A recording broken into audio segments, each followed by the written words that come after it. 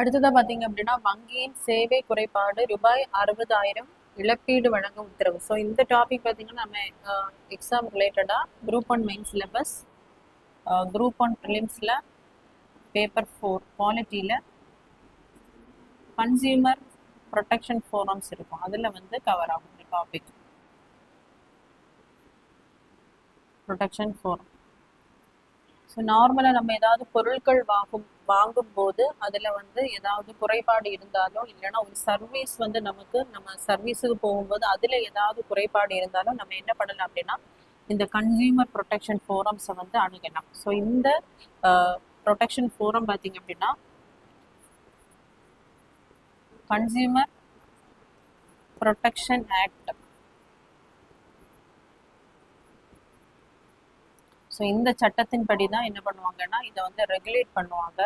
இதுக்கு முன்னாடி பார்த்தீங்க அப்படின்னா கன்சியூமர் ப்ரொடெக்ஷன் ஆக்ட் 1986 கொண்டு வந்திருப்பாங்க. ஸோ அதை ரிப்பீல் பண்ணிட்டு தான் இப்போ ரீசெண்டாக பார்த்தீங்க அப்படின்னா இந்த கன்சியூமர் ப்ரொடெக்ஷன் ஆக்டை வந்து கொண்டு வந்திருக்காங்க. ஸோ இதன் அடிப்படையில் தான் அந்த நுகர்வோருக்கான அந்த இழப்பீடுகள் எல்லாமே வழங்கப்படும். ஸோ இதில் பார்த்தீங்க அப்படின்னா நேஷ்னல் லெவலில் நேஷ்னல் கன்சியூமர் ஃபோரம்ஸ் இருப்பாங்க, அதே மாதிரி ஸ்டேட் கன்சியூமர் ஃபோரம்ஸ், அதே மாதிரி டிஸ்ட்ரிக்ட் லெவல். ஸ்டேட்டில் வந்து டிஸ்ட்ரிக்ட் லெவலில் என்ன பண்ணுவாங்க அப்படின்னா இந்த கன்சியூமர் ஃபோரம்ஸ் வந்து இருப்பாங்க. நம்ம ஏதாவது சேவை குறைபாடு இருந்தாலும் பொருட்கள் வந்து இழப்பீடு வேணாலும் நம்ம வந்து இந்த ஃபோரம்ஸை வந்து அணுகலாம். ஸோ இதனுடைய அந்த வரையறை பார்த்தீங்க அப்படின்னா 2019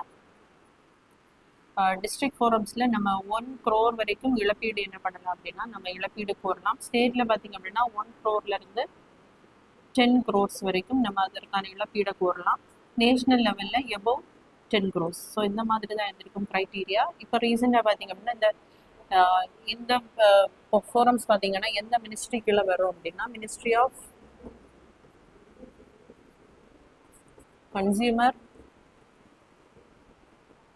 consumer affairs, food and public distribution. So இவங்க தான் இதற்கான அந்த விதிமுறைகளை எல்லாம் என்ன பண்ணுவாங்க அப்படின்னா வகுப்பாங்க. அதன்படி பார்த்தீங்க அப்படின்னா 2021 திரும்ப அதற்கான ரூல்ஸை வந்து ரிப்பீல் பண்ணிட்டு ஆட் பண்ணியிருப்பாங்க.